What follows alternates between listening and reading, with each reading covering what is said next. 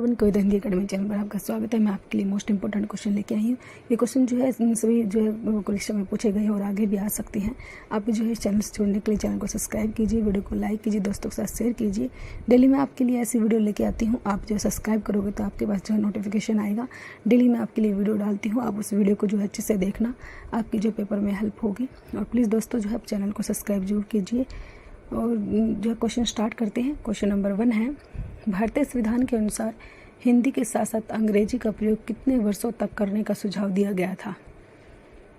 पहला ही क्वेश्चन जो है मोस्ट इम्पोर्टेंट है, बताना है भारतीय संविधान के अनुसार हिंदी के साथ साथ अंग्रेजी का बी आंसर होगा 15 वर्षों तक।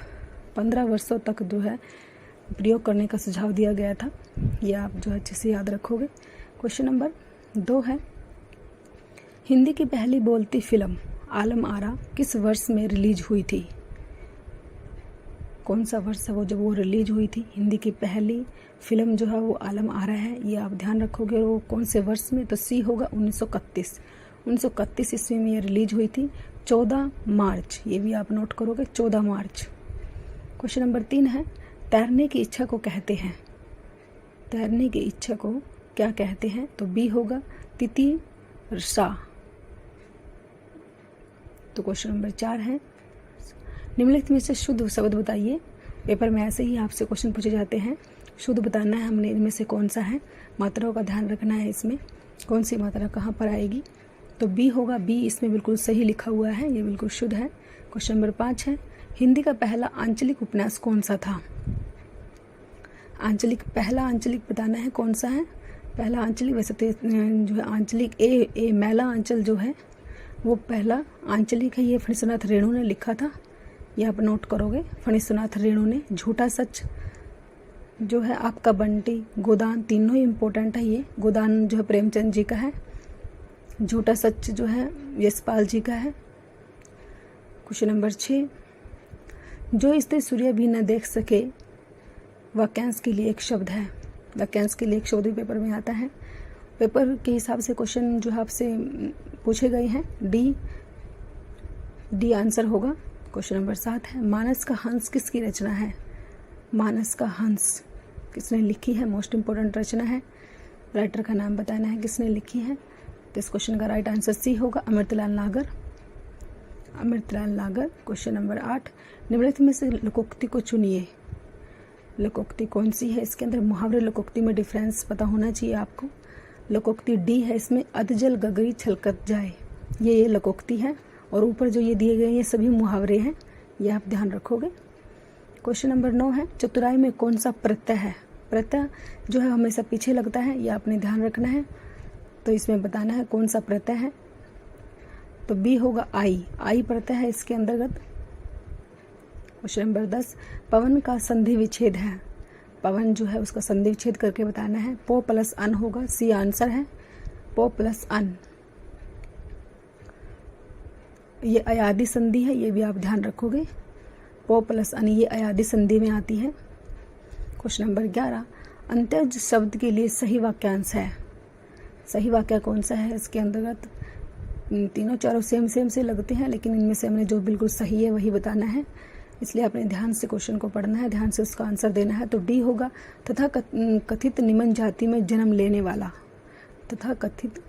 क्वेश्चन नंबर 12, मेरे तो गिरधर गोपाला दूसरा न कोई, जाके सिर मोर मुकुट मेरो पति सोई। पंक्ति में कौन सा रस है, रस बताना है। रस कौन सा है, श्रृंगार रस, हास्य रस, करुण या शांत रस। रस से संबंधित भी क्वेश्चन पेपर में जरूर आता है, आपने ध्यान रखना है। तो इसमें शांत रस है, शांत रस का प्रयोग किया गया है। निर्वेद है शांत रस का जो है स्थायी भाव निर्वेद है, ये भी आप ध्यान रखोगे। अगला क्वेश्चन है, कला और बूढ़ा चांद के लिए पंत जी को किस साहित्य पुरस्कार से पुरस्कारित किया गया था। कौन सा उनको पुरस्कार मिला था कला और बूढ़ा चांद के लिए, स्मृतिरंजन पंत को। मोस्ट इम्पोर्टेंट है, ये पुरस्कार पूछा जाता है, कौन रचना का नाम भी पूछा जाता है। तो डी होगा, हिंदी साहित्य अकादमी पुरस्कार। हिंदी साहित्य अकादमी पुरस्कार मिला था उनको, ये 1960 में मिला था, ये भी आप नोट करोगे। 1960 ईस्वी में मिला था। 1900। क्वेश्चन नंबर 14 है, मधुमालती के रचनाकार है मंजन कुतुबन जायसी मुला दाऊद। तो ए होगा मंजन। क्वेश्चन नंबर 15, सूरदास और नंददास की काव्य रचनाओं की भाषा शैली कौन सी थी? सूरदास और नंददास ने जो है कौन सी भाषा का प्रयोग किया? तो बी होगा ब्रज भाषा। क्वेश्चन नंबर 16, प्रतिवर्ष कौन सा दिन हिंदी दिवस के रूप में मनाया जाता है? हिंदी दिवस के रूप में 14 सितंबर, डी आंसर होगा 14 सितंबर, ये याद रखोगे। क्वेश्चन नंबर 17, तार सप्तक का प्रकाशन वर्ष है? तार सप्तक का प्रकाशित हुआ तो बी आंसर होगा 1943 ईस्वी में प्रकाशित हुआ था तार सप्तक। 1943 में स्टार्ट हुआ था तार सप्तक, ये आप ध्यान रखोगे। आगे हैं इसके आगे हैं इसके जो है तार सप्तक के। अगला क्वेश्चन है, श्वेत और सफेद का अर्थ है? ऐसे मीनिंग पूछे जाते हैं। सफेद और सफेद में क्या अर्थ है? दोनों का अलग अलग अर्थ है। तो बी सफेद, और इस सफेद का मतलब पसीना होता है। अगला क्वेश्चन है क्वेश्चन नंबर 19, हजारों सैनिक जान पर खेलकर देश की सेवा करते हैं। यह हजारों शब्द है। हजारों शब्द किससे संबंधित है? ये कौन सी संख्या है वो बताना है। हजारों सैनिक जो है क्वेश्चन नंबर 19 है हमारा, तो सी होगा अनिश्चित संख्यावाचक विशेषण है। अनिश्चित हजारों। क्वेश्चन नंबर 20, हिंदी अकादमी का श्लाघा पुरस्कार सबसे पहले किसे दिया गया? श्लाघा पुरस्कार सबसे पहले किसे मिला था वो बताना है। सबसे पहले किसको मिला? तो सी होगा डॉक्टर रामविलास शर्मा को मिला। हिंदी अकादमी का श्लाघा पुरस्कार डॉक्टर रामविलास शर्मा को मिला था सबसे पहला, ये आप ध्यान रखोगे। क्वेश्चन नंबर 21 है, आग का पर्यायवाची शब्द नहीं है। नहीं बताना है, नहीं बड़ा ध्यान से पढ़ना है, नहीं बताना है, इसमें से नहीं है। तो सी व्योम। व्योम जो है आकाश होता है, आकाश। क्वेश्चन नंबर 22, केदार निम्नलिखित में से किसका पर्यायवाची है? केदार किसका पर्यायवाची है? केदार। सी होगा महेश। महेश का पर्यायवाची है। क्वेश्चन नंबर 23, किसी की सहायता करने वाले के लिए एक शब्द है? सहायक, सहृदय, सहचर, सहकार। मिलते जुलते हैं सभी देखो, लेकिन आपने बड़े ध्यान से आंसर देना है। तो क्वेश्चन नंबर 23 का ए होगा सहायक। सहायक। क्वेश्चन नंबर 24, गृहस्थ का विलोम शब्द है ग्रस्त। सुप्त, ग्राह्य, मुक्त, लुप्त। तो सी होगा मुक्त। मुक्त आएगा इसका विलोम। अपशगुन का विलोम, अपशगुन है उसका विलोम क्या होगा? असकुन, सकुन, पुण्य, पावन। तो बी होगा सकुन। क्वेश्चन नंबर 26, यह मेरा घर है, इस वाक्य में किस प्रकार का विशेषण है? विशेषण बताना है किस प्रकार का है। गुणवाचक, सर्वनामिक, संख्यावाचक या परिमाणवाचक। क्वेश्चन नंबर 26, यह मेरा घर है, तो इसमें जो है बी होगा सार्वनामिक विशेषण है। मेरा सार्वनामिक विशेषण है इसके अंदर। क्वेश्चन नंबर 27, आप भला तो जग भला वाक्य में रेखांकित शब्द कौन सा सर्वनाम है? सर्वनाम बताना है, कौन सा सर्वनाम यूज किया गया है इसके अंतर्गत। ऐसे पेपर में क्वेश्चन पूछे जाते हैं, आपने इनको सभी ग्रामर को ऐसे ही आपने रिवीजन करना है। तो कौन सा है इसके अंदर? बी होगा निजवाचक। क्वेश्चन नंबर 28, निम्नलिखित वाक्यों में से शुद्ध वाक्य है? शुद्ध वाक्य भी जरूर पूछा जाता है, 4 दिए जाते हैं आपको, आप उनमें से एक छांटना है जो बिल्कुल शुद्ध है। तो सी होगा वे सब प्रकार के दोषों से मुक्त है, ये इसमें बिल्कुल शुद्ध है। क्वेश्चन नंबर 29, तिलांजलि देना इस मुहावरे का अर्थ निम्नलिखित में से कौन सा विकल्प दर्शाता है? तो मार देना, जला देना, त्याग देना, नाश कर देना। तिलांजलि देना, तिलांजलि देना ये मुहावरे का अर्थ बताना है। क्वेश्चन नंबर 29, तो सी होगा त्याग देना। त्याग देना, तिलांजलि देना। क्वेश्चन नंबर 30, परमेश्वर में कौन सा समास है? समास कौन सा है इसमें बताना है। तत्पुरुष, अविभाव, द्विगु या कर्मधारय? परमेश्वर। तो डी होगा कर्मधारय है, कर्मधारय। क्वेश्चन नंबर 31, नवल सुंदर श्याम शरीर की सजल नीरद सी कल कांति थी में कौन सा अलंकार है? अलंकार बताना है, अलंकार कौन सा है इस लाइन के अंदर। ऐसे ही आपको लाइन दे दी जाएगी और अलंकार पूछा जाएगा, तो आपने सभी को अच्छे ध्यान से इनको अच्छे से ध्यान रखना है। उपमा अलंकार है इसके अंतर्गत। क्वेश्चन नंबर 32, संयुग में संधि है, संधि बतानी है कौन सी? दीर्घ है, यण है, व्यंजन है, स्वर है, कौन सी संधि इसके अंतर्गत यूज की गई है? तो ए होगा दीर्घ संधि। दीर्घ संधि है इसके अंतर्गत सरयू, जहाँ प्लस सरयू प्लस उर्मी, उर्मी। तो ऐसे इसका संधि विच्छेद कर लेना है आपने। क्वेश्चन नंबर 33, घड़ी में तोला घड़ी में माशा का क्या अर्थ है? डी, जरा सी बात पर क्वेश्चन नंबर 34, दीर्घ संधि, गुण संधि, वृद्धि संधि, यण संधि, अयादि संधि किस मूल भेद के अंतर्गत आते हैं? तो सभी किसके अंतर्गत आते हैं? ये किसके 5 भेद हैं ये? क्वेश्चन नंबर 34, तो ये स्वर संधि के हैं। ये आपने ध्यान रखोगे, स्वर संधि के अंतर्गत आते हैं सभी, दीर्घ संधि, गुण संधि, वृद्धि, यण और अयादि।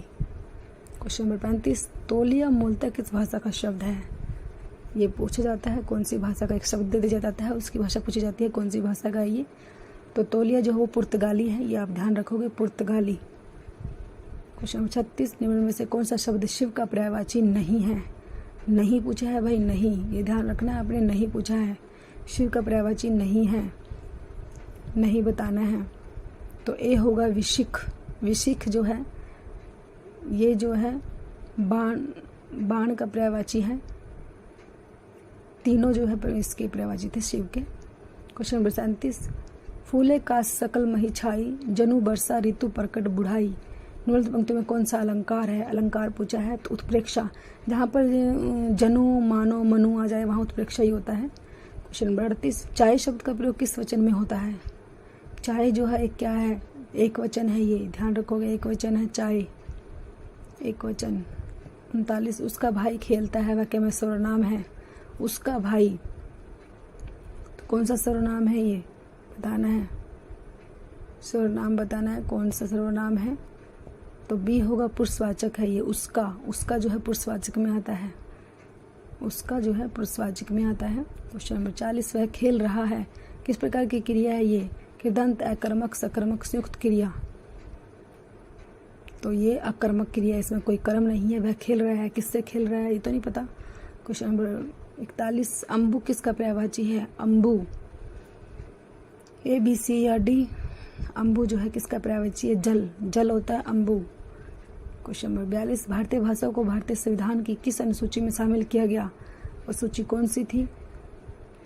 तो 42 का ए होगा अष्टम, 8वीं अष्टम अनुसूची में शामिल किया गया था भाषाओं को, सभी भाषाओं को जो है भारत की 8वीं अनुसूची में शामिल किया गया था। क्वेश्चन नंबर 43, नहुस नाटक के रचनाकार हैं? नहुस नाटक, ए होगा गोपाल चंद्र गिरधरदास जी हैं। नहुस नाटक जो है ये भारतेंदु जी के पिताजी हैं, इन्होंने लिखा है नहुस नाटक को। क्वेश्चन नंबर 44, उच्चारण स्थान की दृष्टि से हिंदी के ए और आ स्वर हैं, क्या है ये स्वर? ए और आ। तालव्य, मूर्धन्य, ओष्ठ या कंठ है? तो 44 का डी होगा, कंठ में आता है ए, आ, और कवर्ग आता है इसके अंतर्गत। 45, इनमें से समूहवाचक संख्या कौन सी है? समूहवाचक पूछी है, समूहवाचक संख्या कौन सी है? संख्या डी होगा सेना, सेना समूह का संबोधन कर रही है। क्वेश्चन नंबर 46, मीराबाई की उपासना किस प्रकार की थी? उनकी भक्ति जो है किस प्रकार की थी मीराबाई की? तो क्वेश्चन 40 का सी होगा, माधुर्य भाव की थी। मीराबाई की जो भक्ति थी वो माधुर्य भाव की थी। उपासना, भक्ति, पूजा जो है माधुर्य भाव की थी मीराबाई की। क्वेश्चन नंबर 46 का सी आंसर, माधुर्य भाव। क्वेश्चन नंबर 47, बिहारी हिंदी की बोली का नाम है? बिहारी हिंदी के अंतर्गत कौन सी बोली आती है ये बताना है। जो है बिहारी के अंतर्गत ए होगा मगही, मगही आती है। बिहारी के अंतर्गत 3 आती हैं, मगही जो है बिहारी के अंतर्गत। क्वेश्चन नंबर 48, पंडित का पर्यायवाची नहीं है? नहीं पूछा है, नहीं, पंडित का जो है पर्यायवाची नहीं है। दामिनी, दामिनी जो है पंडित का पर्यायवाची नहीं होता है, बिजली का होता है, नोट करोगे आप, बिजली को दामिनी कहा जाता है। क्वेश्चन नंबर 49, पथ भ्रष्ट में कौन सा समास है? पथ से भ्रष्ट जो हो गया, पथ से भ्रष्ट, पथ भ्रष्ट में कौन सा समास है? समास भी जरूर पूछे जाते हैं पेपर में, तो ये सी होगा, तत्पुरुष समास है ये। क्वेश्चन नंबर 50, मैथिली भाषा के सुप्रसिद्ध कवि हैं? मैथिली भाषा के जो है सबसे सुप्रसिद्ध कवि कौन से हैं? विद्यापति, रामधारी सिंह दिनकर, नागार्जुन, भिखारी ठाकुर। तो ए होगा क्वेश्चन नंबर 50 का राइट आंसर ए है, विद्यापति। विद्यापति जी हैं मैथिली भाषा के सुप्रसिद्ध कवि। तो प्लीज़ दोस्तों, अगर आपको वीडियो अच्छी लगती है तो वीडियो को लाइक कीजिए, शेयर कीजिए, सब्सक्राइब कीजिए चैनल को। Thanks for watching.